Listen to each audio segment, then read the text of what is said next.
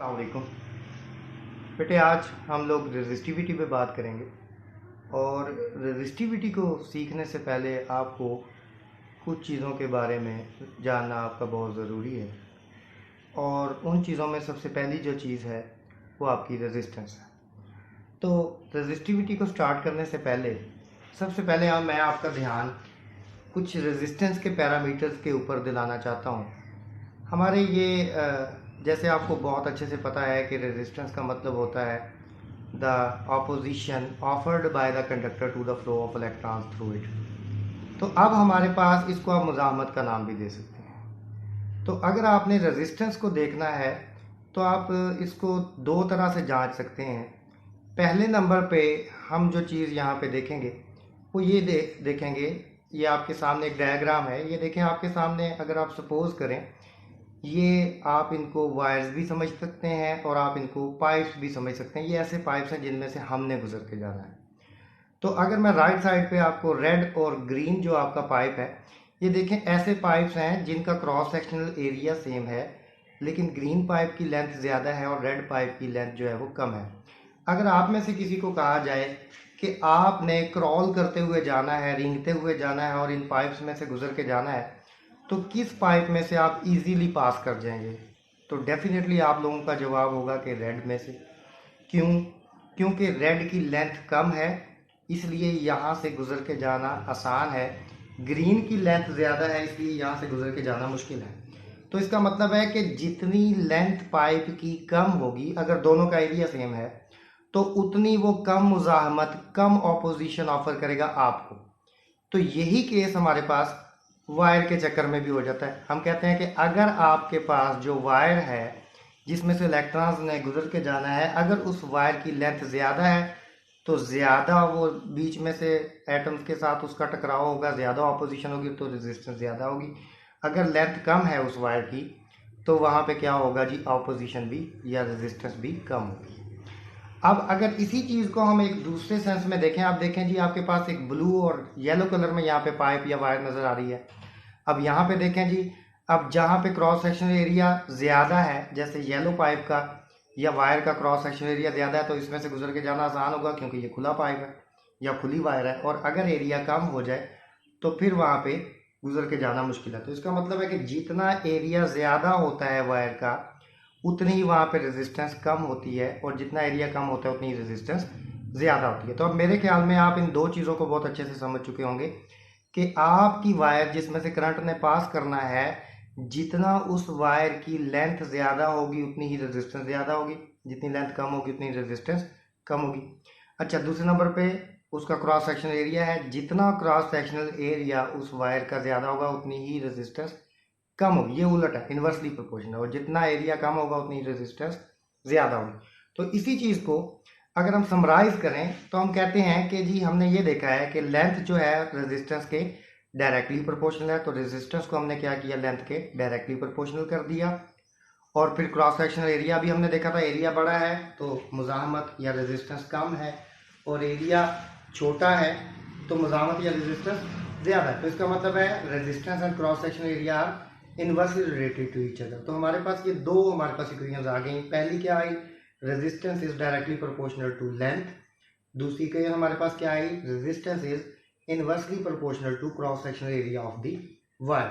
इसका मतलब है लंबी वायर होगी, लेंथ ज़्यादा होगी तो रेजिस्टेंस ज़्यादा होगी, स्मॉल वायर होगी तो रेजिस्टेंस कम होगी।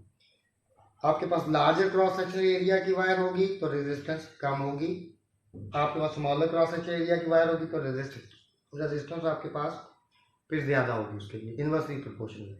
अब हम क्या करते हैं, अब हम इन दोनों इक्वेशंस को कंबाइन कर देते हैं। तो कंबाइन करते हैं तो हमारे पास क्या आ जाएगा जी, हमारे पास रेजिस्टेंस प्रोपोर्शनल हो जाएगी L/A के।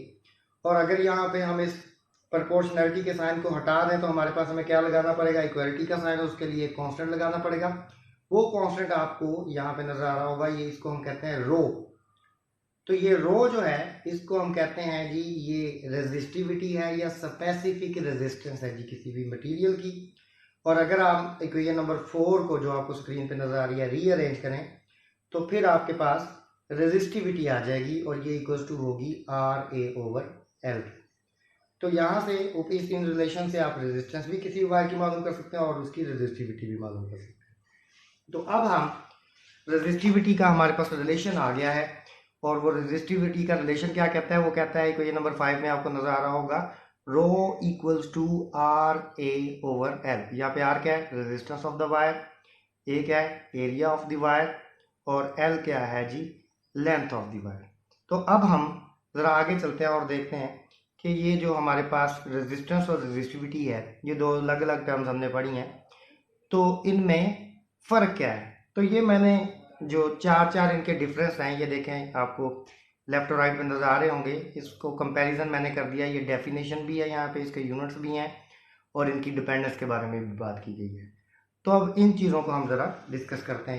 अगर हम रेजिस्टेंस की बात करें, तो अगर इसकी डेफिनेशन को देखा जाए तो रेजिस्टेंस हमारे पास क्या होती है, हम कहते हैं कि opposition offered by the wire or material to the flow of current. तो हमारे पास ये वो ऑपोजिशन है, वो मुज़ाहमत है जो करंट के फ्लो के लिए वायर ऑफर करती है। तो डेफिनेटली हमारे पास हमने अभी देखा कि ये लेंथ पे डिपेंड करती है, एरिया पे डिपेंड करती है। तो कोई वायर अगर बारीक वायर है तो उसकी रेजिस्टेंस ज़्यादा होगी, मोटी वायर है तो उसकी रेजिस्टेंस आपके पास कम होगी। इसी तरह लेंथी वायर, अगर लेंथ ज़्यादा है तो फिर भी रेजिस्टेंस बढ़ जाती है। तो इसका मतलब है ये हमारे पास वायर की प्रॉपर्टी है। और फिर इसके बाद इसके यूनिट्स ओहम होते हैं, और ये डिपेंड किन चीज़ों पे करती है। अभी मैंने आपसे बात की थी और मैंने आपको ये बात बताई थी कि ये एक तो लेंथ पे डिपेंड करेगी, दूसरा क्रॉस सेक्शनल एरिया पे डिपेंड करती है, तीसरे नंबर पे टेम्परेचर पे डिपेंड करती है। हमने पिछले लेक्चर में भी ये बात देखी थी कि हमारे पास जितना टेम्परेचर बढ़ जाता है, टेम्परेचर बढ़ने के साथ साथ क्या होता है कि आपके एटम्स की वाइब्रेशंस बढ़ जाती हैं, और एटम्स की वाइब्रेशन से इलेक्ट्रॉन का उनमें से गुजर के जाना मुश्किल हो जाता है, तो उससे भी रेजिस्टेंस बढ़ती है। और चौथे नंबर पे ये जिस चीज़ पे डिपेंड करती है उसको हम कहते हैं मटेरियल पे। अब आप देखें कि हमारे पास, हम कहते हैं जी कॉपर या सिल्वर की वायर्स अगर हम आप इस्तेमाल करेंगे तो वो अच्छी वायर्स हैं।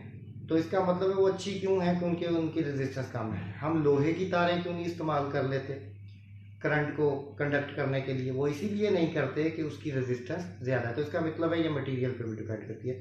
तो 4 फैक्टर्स अभी हमने देखे जिनके ऊपर आपकी किसी भी वायर की रेजिस्टेंस जो है वो कहने के डिपेंड कर रही होती है। पहले कौन सा है, लेंथ, रिवाइज करें ज़रा।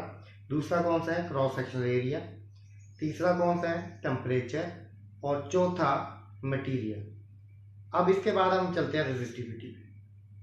एक बात पहले तो याद रखें कि रेजिस्टिविटी वायर की प्रॉपर्टी नहीं है, ये मटेरियल की प्रॉपर्टी है कि वायर किस मटेरियल से बनी हुई है। तो इसका मतलब है ये लेंथ और एरिया पे डिपेंड नहीं करती। तो एक बहुत बार एमसीक्यू आता है, वो कहता है कि अगर आप किसी वायर की लेंथ को हाफ कर दें तो उसकी रेजिस्टिविटी पे क्या फ़र्क पड़ेगा। तो हम कह देते हैं जी वो भी हाफ हो जाएगी। नहीं, रेजिस्टेंस हाफ होगी लेंथ को हाफ करने से। रेजिस्टिविटी मटेरियल की प्रॉपर्टी है, वायर की लेंथ वगैरह पे डिपेंड नहीं करती, तो उस पर कोई फ़र्क नहीं पड़ेगा। तो अब चलते हैं रेजिस्टिविटी की डेफिनेशन पे। तो ये हम कहते हैं कि किसी भी वायर के या मटेरियल के 1 मीटर क्यूब की जो रेजिस्टेंस होती है उसको रेजिस्टिविटी कहते हैं। The resistance of 1 metre cube of a material is called resistivity. So जैसे मैंने पहले बताया, इसका सेकंड पॉइंट क्या है, it is a property of the material not of the wire. ये याद रखना है। इसके यूनिट क्या होते हैं वो हमने अभी वो पीछे भी देखा था। तो अगर उस इक्वेशन से, इक्वेशन 5 से भी हम इसके यूनिट निकालें तो इसके यूनिट बनते हैं ओम मीटर। और ये टेम्परेचर और मटेरियल के ऊपर डिपेंड कर रही होती है, ये लेंथ और एरिया पे डिपेंड नहीं करती। तो ये बात आपने अच्छे से जहन में रखनी है। तो अब ज़रा आगे चलते हैं और अब हम ज़रा देखते हैं कि ये रेजिस्टेंस और रेजिस्टिविटी के जो रेसिप्रोकल्स हैं वो क्या हैं। तो जो रेजिस्टेंस होता है ये एक्चुअली करंट के गुजरने में रुकावट को कहते हैं। तो इसका रेसिप्रोकल क्या होगा, कंडक्टेंस, मतलब करंट का गुजरना। तो अब हमारे पास कंडक्टेंस क्या है, it is the reciprocal of resistance. और ये भी वायर की प्रॉपर्टी है, जैसे रेजिस्टेंस वायर की प्रॉपर्टी है। तो ये इसका यूनिट भी रेजिस्टेंस के उलट हो जाएगा। रेजिस्टेंस का यूनिट ओहम होता था तो इसका पर ओहम हो जाएगा। तो या आप इसको एक और इसका यूनिट है सीमेंस, या फिर ओहम OHM को आप उल्टा कर दें क्योंकि ये इसका रेसिप्रोकल है, तो मो इसका यूनिट होगा MHO। इसके बाद हम कंडक्टिविटी पे चलते हैं। कंडक्टिविटी जो है ये आपकी रेजिस्टिविटी का रेसिप्रोकल है। तो ये हमारे पास मटेरियल की प्रॉपर्टी हो जाएगी, क्योंकि रेजिस्टिविटी मटेरियल की प्रॉपर्टी है, और इसका यूनिट जो होता है वो रेजिस्टिविटी का ऑपोजिट हो जाएगा। रेजिस्टिविटी का यूनिट क्या था? Ohm metre. इसका क्या हो जाएगा जी? ओहम मीटर होल इनवर्स, या ओहम इनवर्स मीटर इनवर्स, या फिर आप कर सकते हैं मो पर मीटर। तो ये हमारे पास इसके यूनिट्स। तो अब हम ज़रा देखते हैं कि हमारे पास ये जो रेजिस्टिविटी है ये टेम्परेचर के साथ इसका क्या ताल्लुक है। तो सबसे पहले मैं आपकी तवज्जो इस बात पर दिलाता हूँ कि जैसे जैसे किसी भी मटेरियल का टेम्परेचर बढ़ता है, टेम्परेचर बढ़ने से अब सबसे पहले क्या होता है, मटेरियल में से करंट कैसे गुजरता है? इलेक्ट्रॉन्स जो हैं वो फ्लो कर रहे होते हैं मटेरियल में से। अब सपोज इलेक्ट्रॉन फ्लो कर रहे हैं, तो फ्लो करते हुए वो एटम से टकराते हैं। अब अगर एटम अपनी जगह पे रुका हुआ है, ऐसे मौजूद है, तो इलेक्ट्रॉन जो है वो ऐसे पास कर जाएगा या ऐसे पास कर जाएगा। लेकिन जब आपके मटेरियल का टेम्परेचर बढ़ जाता है तो एटम्स अपनी मेन पोजीशन पे, आप देखें कि ये अगर इस जगह पे है तो ये वाइब्रेट करने लग जाएगा ऐसे। और जब आपके एटम्स वाइब्रेट करते हैं तो इलेक्ट्रॉन्स के साथ, अब ये देखें इलेक्ट्रॉन ऊपर से गुजरने की कोशिश करेगा, ये वाइब्रेट करके अगर इधर पहुंचेगा टकरा जाएगा, नीचे गुजरने की कोशिश करेगा तो ये नीचे अगर पहुंचा होगा तो फिर टकरा जाएगा। तो इसका मतलब है एटम्स की वाइब्रेशन से इलेक्ट्रॉन के कोलिजन के चांसेस बढ़ जाते हैं। और जब कोलिजन के चांसेस बढ़ जाते हैं, इस तरह होता है कि इलेक्ट्रॉन्स के लिए एक बड़ा टारगेट बन के बिहेव करता है आपका एटम। तो इसका मतलब टेम्परेचर बढ़ने से रेजिस्टेंस बढ़ जाती है, और अगर टेम्परेचर बढ़ने से रेजिस्टेंस बढ़ जाती है तो आपने इक्वेशन नंबर 5 में आपने देखा था कि रेजिस्टेंस जो होती है उस पर डिपेंड कर रही है रेजिस्टिविटी। तो इसका मतलब टेम्परेचर बढ़ने से रेजिस्टिविटी भी बढ़ जाती है। तो ये अगर आप इसको पढ़ेंगे तो इसका मतलब है कि टेम्परेचर का इजाफा, increase in temperature causes both the resistance and the resistivity to increase. तो ये रिलेशन भी मैंने यहाँ पे दोबारा लिख दिया है। तो इसका मतलब है कि टेम्परेचर के बढ़ने से रेजिस्टिविटी इंक्रीज करती है और रेजिस्टेंस वो भी इंक्रीज करती है। तो ये बातें आपने याद रखनी है। अब हम जरा ये देखते हैं, अभी मैंने आपको बताया कि टेम्परेचर बढ़ने से क्या होता है। ये देखें आपके पास आपको किसी भी लेटेस्ट के एटम्स नजर आ रहे होंगे। ये देखें अपनी जगह तो नहीं छोड़ रहे, लेकिन अपनी मेन पोजीशन पे वाइब्रेट कर रहे हैं बहुत वायलेंटली टेम्परेचर बढ़ने के साथ। अब इनमें से इलेक्ट्रॉन अगर ये अपनी जगह पे रुके हुए होते तो इलेक्ट्रॉन का गुजरना आसान था, और क्योंकि ये अपनी जगह पे रुके हुए नहीं है तो इलेक्ट्रॉन का इनमें से गुजरना जो है आप ये देख सकते हैं कि वो काफ़ी मुश्किल है। तो इस पे कोलिजन के चांस बढ़ जाएंगे, जिससे रेजिस्टेंस बढ़ जाएगी और उसी से रेजिस्टिविटी भी बढ़ जाएगी। एक और इसकी एग्जांपल देखते हैं। ये थोड़ा सा एक डायग्राम है जो ये शो करवा रही है कि ये देखें जी, ये वोल्टेज करंट को फ्लो करवाने की कोशिश करते हैं। जैसे ओम्स लॉ में देखा था हमने, वोल्टेज और करंट डायरेक्टली प्रोपोर्शनल होते हैं। जो वोल्टेज हम बढ़ाते हैं करंट बढ़ने की कोशिश करता है, लेकिन एट द सेम टाइम आपको एक हाथ नजर आ रहा होगा जो कि रेजिस्टेंस है, और ये रेजिस्टेंस उसी करंट को रोकने की कोशिश करती है। तो actually resistance is the opposition to the flow of current. तो ये आपको यहाँ से इस डायग्राम से नजर आ रहा होगा। अब एक और जरा डायग्राम देखते हैं। ये डायग्राम देखें जी, ये सपोज हम कहते हैं कि 8 वोल्ट एनर्जी लेके जा रहे थे हमारे पास इलेक्ट्रॉन्स। तो जब ये कंडक्टर में से मूव करते हैं, ये देखें टॉप से आ रहे हैं फ्लो करते हुए, जब बॉटम में पहुंच रहे हैं तो इलेक्ट्रॉन्स की वैल्यू जो है वो आहिस्ता आहिस्ता जो है, या जो वोल्टेज आप कह रहे हैं कि 8 वोल्ट से पहले आपको 8 ग्रीन डॉट्स नजर आ रहे होंगे, आहिस्ता आहिस्ता जैसे जैसे हम आगे चलते जाते हैं तो आप देखें कि वोल्टेज कम होते जा रहे हैं। तो ये भी हमें ये शो करवाता है कि हमारे पास जो जैसे जैसे कंडक्टर में लेंथ बढ़ती जाती है, लंबा फासला तय करता है करंट, वैसे वैसे कंडक्टर की रेजिस्टेंस जो है वो बढ़ जाती है आपकी वायर की, और जो करंट का फ्लो है वो कम होता जाता है। तो इंशाल्लाह अगले आर्टिकल के साथ दोबारा हाजिर होंगे, तब तक अपना ख्याल रखिएगा।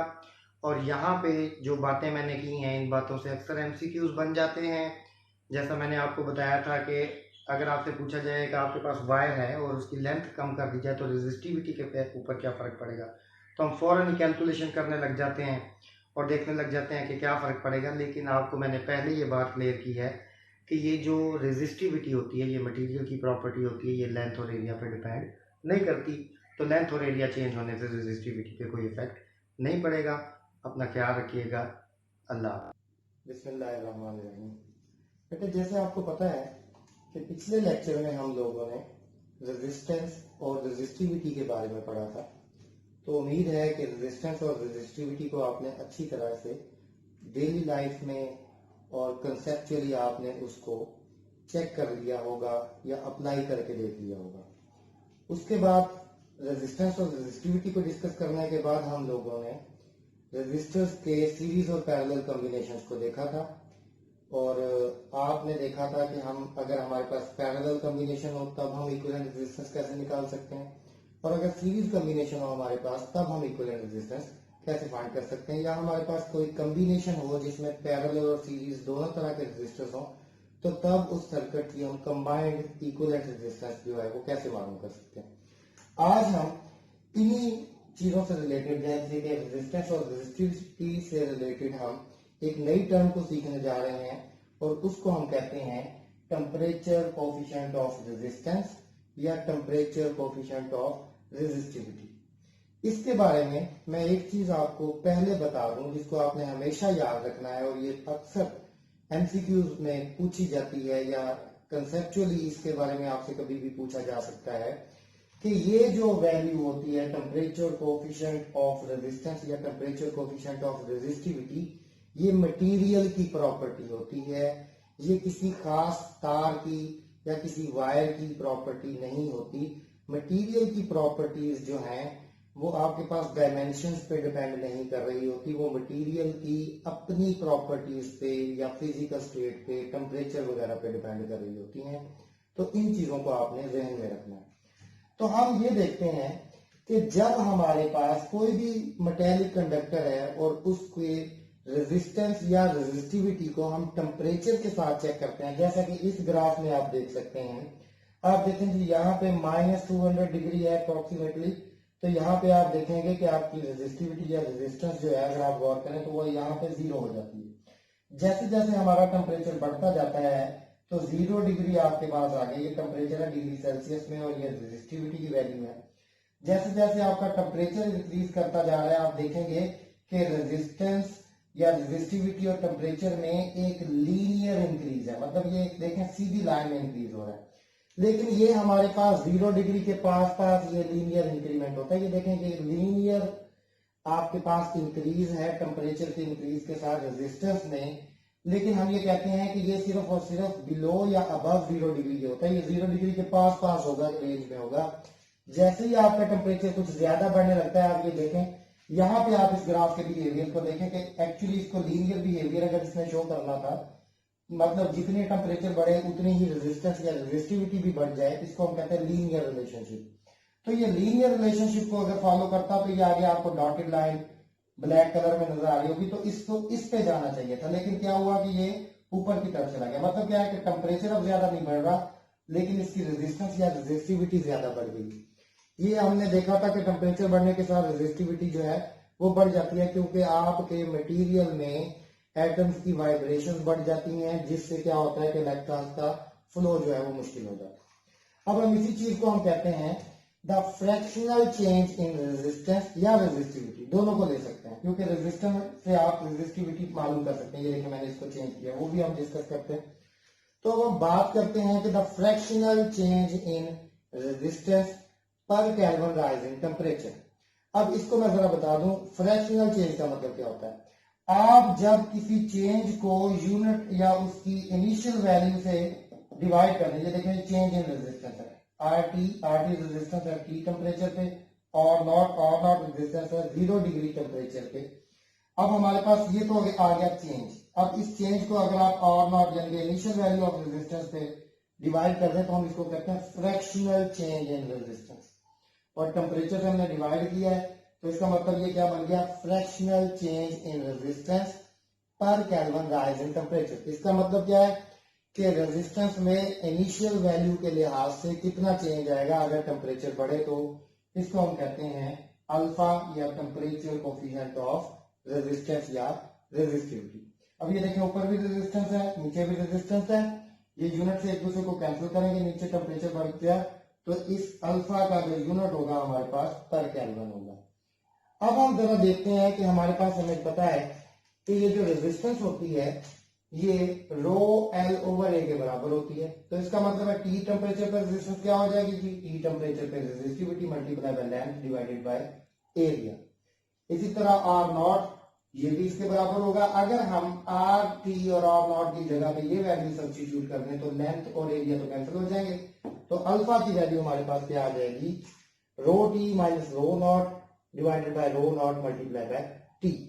तो ये हमारे पास रो टी क्या है, रेजिस्टिविटी है टी टेम्परेचर पे, और रो नॉट जो है वो रेजिस्टिविटी है 0 डिग्री पे। तो एक बात आपने जो यहाँ पे जेहन में रखनी है, फिर मैं बता दूं, आपसे पूछा जाए कि जी रेजिस्टेंस जो है वो इतने से इतनी हो गई तो टेम्परेचर कोएफिशिएंट ऑफ रेजिस्टिविटी पे क्या फर्क पड़ेगा किसी मटेरियल की, तो आपने साफ इसका जवाब देना है कि कोई फर्क नहीं पड़ेगा। क्यों फर्क नहीं पड़ेगा, वो इसलिए फर्क नहीं पड़ेगा कि अल्फा जो है, या जैसे हमने रेजिस्टिविटी देखा था, तो ये मटेरियल की प्रॉपर्टीज है, और मटेरियल की प्रॉपर्टीज लेंथ के चेंज होने से या एरिया के चेंज होने से चेंज नहीं होती, ये मटेरियल के चेंज होने से या मटेरियल की स्टेट चेंज होने से चेंज होती है। मतलब स्टेट कैसे चेंज हो सकती है, आप टेम्परेचर बढ़ा दें, आपके जो एटम्स हैं उनकी वाइब्रेशंस बढ़ जाएंगी, हो सकता है अपनी जगह चेंज कर लें, तो आपका मटेरियल पहले सॉलिड था फिर वो लिक्विड में कन्वर्ट हो गया, स्टेट चेंज होगी। तो इसका मतलब टेम्परेचर जो चेंज होता है वो स्टेट चेंज कर सकता है। तो इसका मतलब टेम्परेचर इन वैल्यूज को चेंज कर सकता है क्योंकि वो मटेरियल की फिजिकल स्टेट को चेंज करता है। लेंथ और एरिया मटेरियल की प्रॉपर्टी को चेंज नहीं कर सकते। हाँ, रेजिस्टेंस चेंज हो जाती है लेंथ और एरिया से, रेजिस्टिविटी चेंज नहीं होती, कंडक्टिविटी चेंज नहीं होती, टेम्परेचर कोएफिशिएंट ऑफ रेजिस्टेंस ये भी मटेरियल की प्रॉपर्टी है, टेम्परेचर कोएफिशिएंट ऑफ रेजिस्टिविटी ये भी मटेरियल की प्रॉपर्टी है। तो ये चीजें चेंज नहीं होंगी, इनको आपने याद रखना। अब हम देखते हैं कि ये अल्फा की वैल्यूज पॉजिटिव भी हो सकती हैं और नेगेटिव भी हो सकती हैं। ऐसे मटेरियल्स जिनके लिए अल्फा की वैल्यूज पॉजिटिव होंगी, उन मटेरियल्स का टेम्परेचर बढ़ने से रेजिस्टेंस जो है वो इंक्रीज करेगी। जैसे आप देखें सिल्वर है, कॉपर है, जब टेम्परेचर बढ़ जाता है तो सिल्वर और कॉपर की रेजिस्टेंस भी बढ़ जाती है। तो ये हमारे पास अल्फा की इनके लिए पॉजिटिव वैल्यू होगी। कुछ मटेरियल है पहले टेम्परेचर ज्यादा होता है, जैसे रूम टेम्परेचर है 25 डिग्री है, 25 डिग्री पे उनकी रेजिस्टेंस जो होती है वो ज्यादा होती है। जैसे टेम्परेचर बढ़ता है उनकी कंडक्शन बढ़ जाती है, रेजिस्टेंस कम हो जाती है, तो वो ऑपोजिट बिहेवियर शो करते हैं। ऐसे मटेरियल्स के लिए हम कहते हैं कि इनकी टेम्परेचर कोएफिशिएंट ऑफ रेजिस्टेंस या रेजिस्टिविटी की वैल्यू, ये आप किसी चार्ट में भी देख सकते हैं, बुक में भी ये चार्ट बना हुआ है, उनके लिए वैल्यू नेगेटिव होती है। ये मटेरियल नेगेटिव वैल्यू की वजह से उल्टा बिहेव करते हैं। वैसे बाकी मटेरियल की टेम्परेचर बढ़ने से रेजिस्टेंस या रेजिस्टिविटी बढ़ती है, इन मटेरियल्स की टेम्परेचर के बढ़ने की वजह से रेजिस्टेंस कम होती है। इनकी एग्जांपल्स हैं जर्मेनियम और सिलिकॉन, इनको हम सेमीकंडक्टर मटेरियल्स कहते हैं। तो उम्मीद है कि आपको ये लेक्चर समझ आ गया होगा। आज के बाद जितनी आपके ज़हन में कंफ्यूजन थी टेम्परेचर कोएफिशिएंट ऑफ रेजिस्टिविटी या रेजिस्टेंस के बारे में कि ये कैसे बदल सकता है, किन चीजों पर डिपेंड करता है, इंशाल्लाह वो आपके पास नहीं रहेंगी। अब आप इसको अच्छे से समझ लेंगे। तो इजाजत।